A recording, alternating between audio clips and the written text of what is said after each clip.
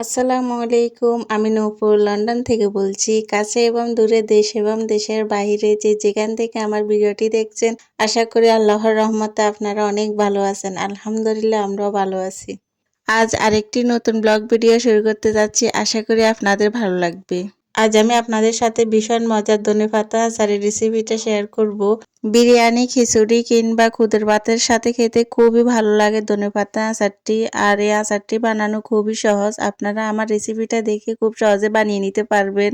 ফারাবি ফারহানকে নিয়ে অনেকদিন বাইরে যাওয়া হয়নি, তাই আজকে আমরা বাইরে যাব। আমাদের বাসার পাশে একটা পার্কে মেলা বসছে, তো দেখি ওদেরকে নিয়ে যাই। আর ওরা তো পার্কের কথা শুনে খুবই খুশি। তো এখন আমরা সবাই পার্কে যাচ্ছি। তো চলুন আপনারাও দেখে নিন ওরা পার্কে যেয়ে কি করলো। তো আমরা এখন পার্কে চলে আসছি। আর আমি ফারাবি ফারহানকে নিয়ে দাঁড়িয়ে আছি। আপনাদের ভাইয়া টিকিট কাটতেছে।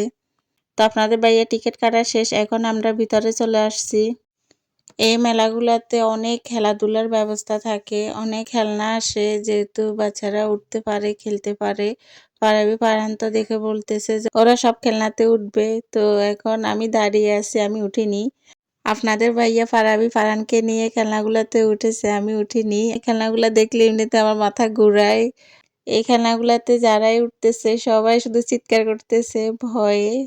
তো আপনাদের ভাইয়া আমারও বলছিল যে তুমি উঠো, আমি বললি না, আমি ওগুলাতে উঠবো না, তোমরা উঠো। তো এই যে এখন ফারাবি ফারহান ওরা উঠতেছে, ওরা খেলতেছে। ওরা যে খেলতেছে ওটাই আমি দেখতেছি। আর আমার সাথে পার্কে পরিচিত এক ভাবি দেখা হলো। তো ভাবি অনেকক্ষণ কথা বললাম।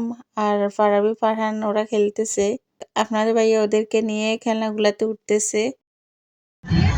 Farhan, Farhan police, police car, police car.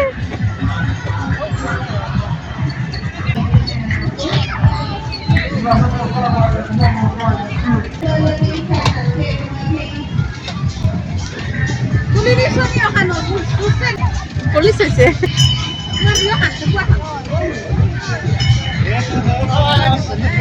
By Farhan.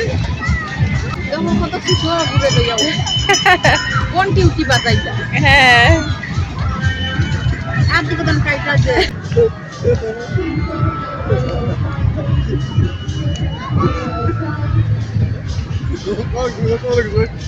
কোথায় নিয়ে গেছে বল, দেখো।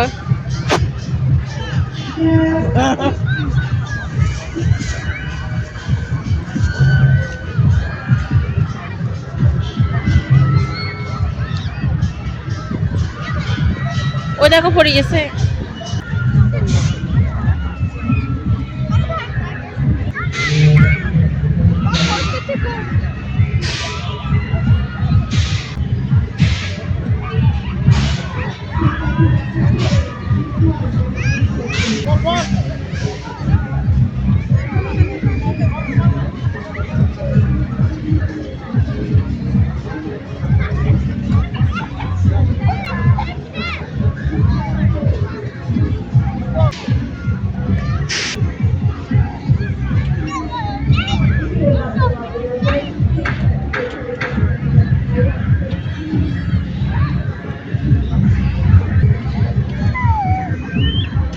আমার আজকের ভিডিওর কোনো অংশ যদি আপনাদের ভালো লেগে থাকে তাহলে প্লিজ একটা লাইক দিতে ভুলবেন না।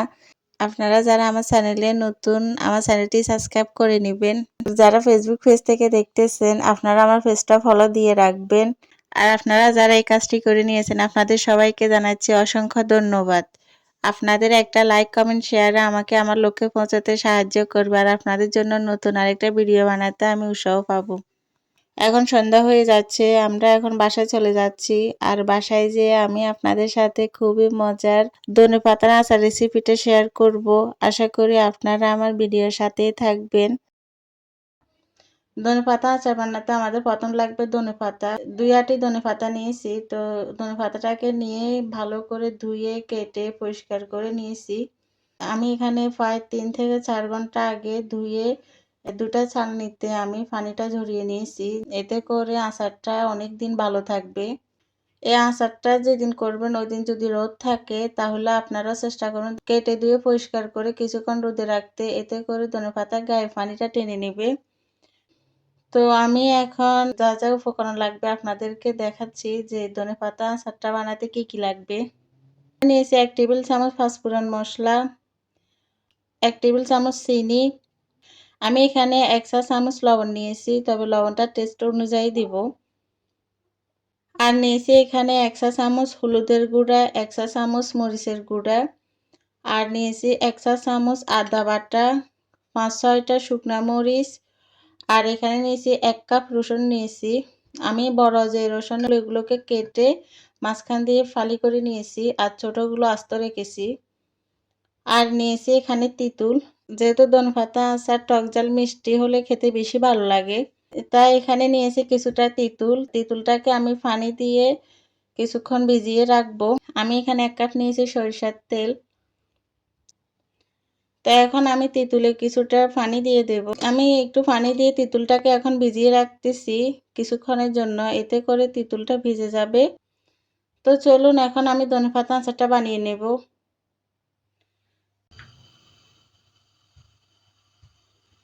চুলাটা জ্বালিয়ে নিয়েছি, এখন আমি সব ধনেপাতাগুলো দিয়ে দেব।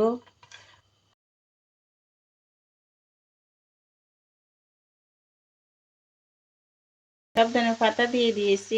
এখন নেড়ে আমি ধনেপাতার গায়ে থেকে পানিটা টেনে নেব। এখানে তেল দিতে হবে না, তেল ছাড়াই কড়াইতে দিয়ে কিছুক্ষণ নেড়ে আমি ধনেপাতার গায়ে থেকে পানিটা টেনে নেব।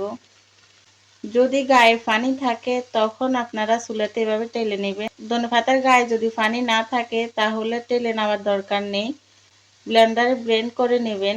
আর যদি গায়ে পানি থাকে তখন এভাবে একটু টেনে নেবেন, এতে করে ধনেপাতার আচারটা ভালো থাকবে।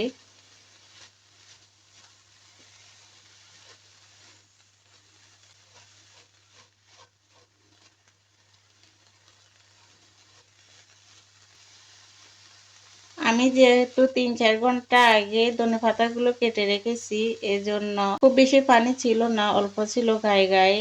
এই যে আমি কিছুক্ষণ করে নামাতে এখন আর পানি নেই। এর থেকে আর বেশিক্ষণ চুলাতে রাখবো না, তাহলে ধনেপাতার কালারটা নষ্ট হয়ে যাবে। চুলা জালটা মিডিয়ামে রেখে ধনেপাতার গায়ের পানিটা টানিয়ে নেবেন। চুলা জালটা যদি লোতে রাখেন এতে করে ধনেপাতার গায়ে থেকে পানি ছেড়ে দেবে, আর যদি হাইতে রাখেন তাহলে তাড়াতাড়ি পুড়ে যাবে। তাই মিডিয়ামে রেখে ধনেপাতাগুলোকে গায়ের পানিটা টেনে নেবেন। তো হয়ে গেছে, এখন আমি চুলাটা অফ করে দেব। ধনেপাতাটা ঠান্ডা হয়ে আসলে ব্লেন্ডারে ব্লেন্ড করে নেব।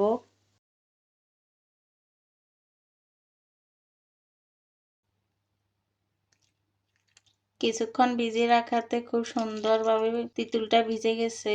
তো এই যে আমি এখন তেঁতুলের সব কাঠটা বাইর করে নিচ্ছি। আপনারা চেষ্টা করবেন এখানে তেঁতুলের পানিটা কম দিয়ে ভিজাতে, এতে করে অনেক গাঢ় তেঁতুলটা বের হলো। আর যদি এখানে অনেক পানি দিয়ে দেন তাহলে তেঁতুলটা পাতলা হয়ে যাবে। তো আমি তেঁতুলের কাঠটা বাইর করে নিয়েছি। তো এখন আমি তেঁতুলের সাথে গুঁড়া মশলাগুলো দিয়ে দেব। প্রথমে দিয়ে দিচ্ছি এখানে 1 চা চামচ হলুদের গুঁড়া, 1 চা চামচ মরিচের গুঁড়া,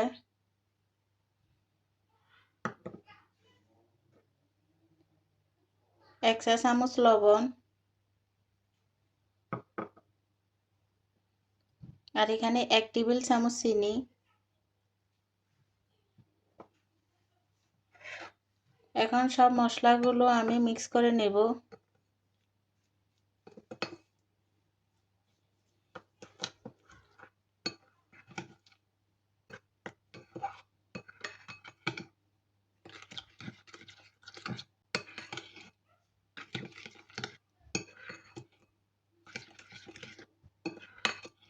সব মশলাগুলো মিক্স করে নিয়েছি, এখন আমি এক পাশে রেখে দেব। তো আমি সব ধনেপাতাগুলো ব্লেন্ডার দিয়ে ব্লেন্ড করে নেব।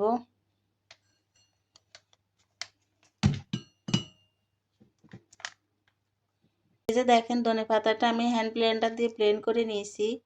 ধনেপাতাটা এভাবে শুকনো করে নেবেন। ধনেপাতাটা ব্লেন্ডার করার আগে চেষ্টা করবেন ধনেপাতাটা একটু ছোট করে নিতে, এতে করে ব্লেন্ড খুব তাড়াতাড়ি হয়ে যাবে।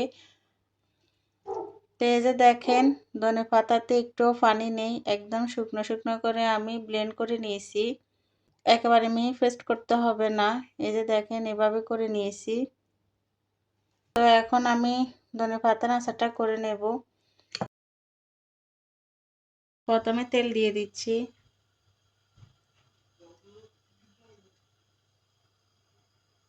প্রথমে 1 কাপ সরিষার তেল দিয়েছি। তেলটা যখন গরম হয়ে আসছে, এখন আমি এখানে 1 টেবিল চামচ পাঁচফোড়ন মশলা দিয়ে দিচ্ছি।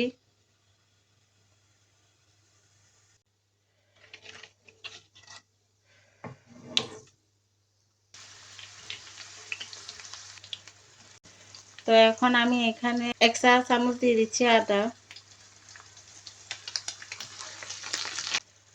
1 চা চামচ আদা দিয়ে খুব ভালো করে ভেজে নেব, এতে করে আদার গন্ধটাও চলে যাবে। আর আদাটা ব্যবহার করলে আচারে খুব ভালো টেস্ট আসে, তাই একটু আদাটা দেওয়ার চেষ্টা করবেন, খুব বেশি না, অল্প করে দেবেন।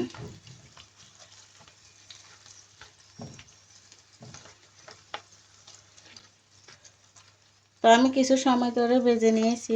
যখনই রসুনের ব্রাউন কালার চলে আসবে, চুলার আঁচটা লোতে করে দিবেন, এতে করে তেলটা একটু ঠান্ডা হয়ে আসবে। গরম তেলে যদি আমরা মশলাটা দিয়ে দিই, তাহলে তাড়াতাড়ি মশলাটা পুড়ে যাবে। তা চুলার আঁচটা কিছুক্ষণ লোতে রেখে তেলটাকে নর্মাল তাপমাত্রায় এনে তখন আমি মশলাটা ইউজ করব, এতে করে মশলাটা আর ফুটবে না। আচারে যদি মশলাটা পুড়ে যায়, তাহলে আচারটা খেতে তিতা লাগবে, খেতে ভালো লাগবে না। আচারের যে টেস্ট, ওই টেস্টটা পাওয়া যাবে না, খেতেও ভালো লাগবে না।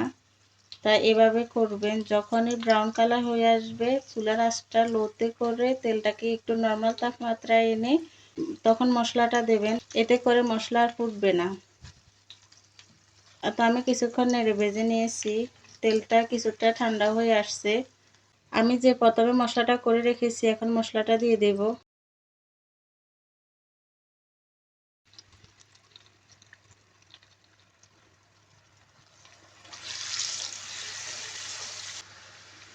মশলাটা একটু সময় নিয়ে খুব আস্তে জালে কিছুক্ষণ ভেজে নেব।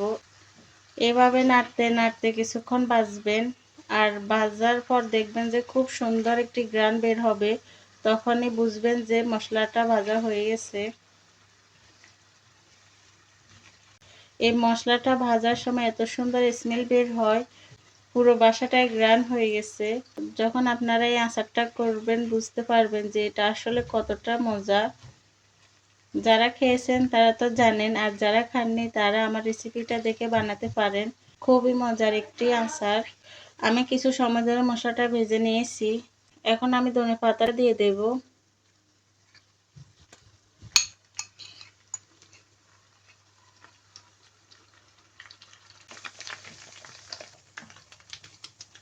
ধনেপাতাটা দিয়ে খুব ভালো করে মিক্স করে নেব। আমি 1 মিনিট ধনেপাতাটা ভেজে নেব, বেশি সময় ধরে ভাজবো না। বেশি সময় ধরে যদি ভাজি তাহলে ধনেপাতার কালারটা নষ্ট হয়ে যাবে।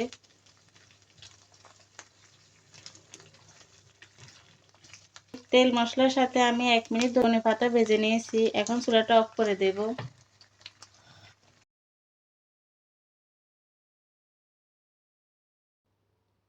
এই যে হয়ে গেছে ধনেপাতা আচার। আমি আপনাদেরকে খুবই সহজে বানিয়ে দেখিয়েছি। আপনারা আমার ভিডিওটি দেখে খুব ইজিতে বানিয়ে নিতে পারবেন। আর আপনারা বানিয়ে খেয়ে দেখবেন কীরকম হলো, আর আমাকে কমেন্ট করে জানাবেন। যদি আমার আজকের ভিডিও আপনাদের ভালো লেগে থাকে, তাহলে আমার চ্যানেলের সাথেই থাকবেন। নতুন আরেকটা ভিডিও নিয়ে আপনাদের মাঝে হাজির হব। তো আজ এ পর্যন্ত। আল্লাহ হাফেজ। আসসালামু আলাইকুম।